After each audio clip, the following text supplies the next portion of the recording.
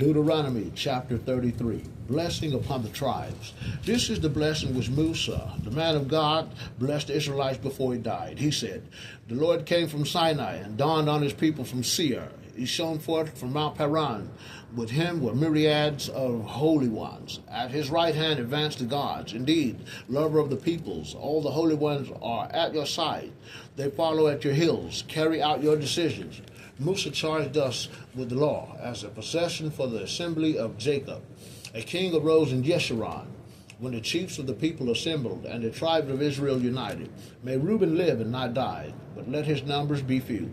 Of Judah he said, "Hear, Lord, the voice of Judah, and bring him to his people. His own hands defend him. His own hands defend his cause.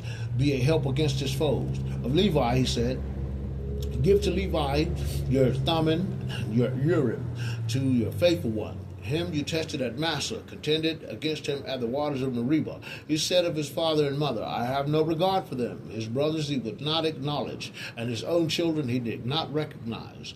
For they kept your words, and your covenant they upheld.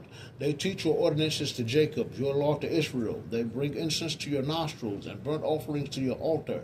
Bless, Lord, his strength. Be pleased with the work of his hands. Crush the loins of his adversaries and of his foes, that they may not rise." Of Benjamin he said, "The beloved of the Lord, he abides in safety beside him. He shelters him all day long. The beloved abides at his breast." Of Joseph he said, "Blessed be by the Lord is his land, with the best of heaven above and of the best crouching beneath, with the best of the produce of the sun and the choicest yield of the months, with the finest gifts of the ancient mountains and the best from the everlasting hills, with the best of the earth and its fullness and the favor of the one who dwells on Sinai. Let these come upon the head of Joseph and upon the brow of the prince among his brothers. His firstborn bull, majesty is his. His horns are the horns of a wild ox, unicorn. With them he gores the people, attacks the ends of the earth. These are the myriads of Ephraim, and these the thousands of Manasseh. Of Zebulun he said, "Rejoice, Zebulun, in your expeditions. Exhort Issachar in your tents. They invite peoples to the mountain where they offer right sacrifices, because they suck up the abundance of the seas and the hidden treasures of the sand." Of Gad he said, "Blessed be the one who has made Gad so vast.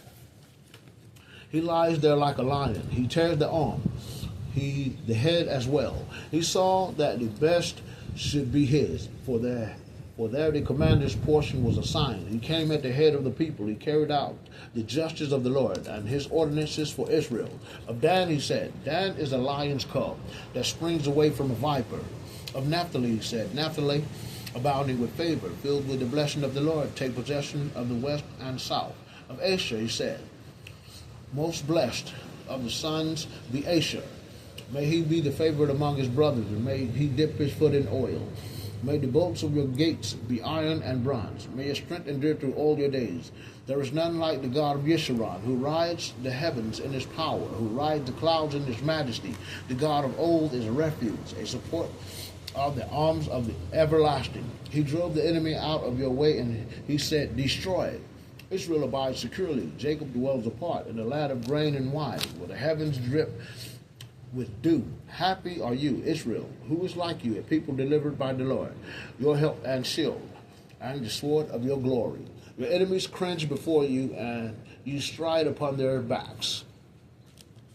5. The death of Musa.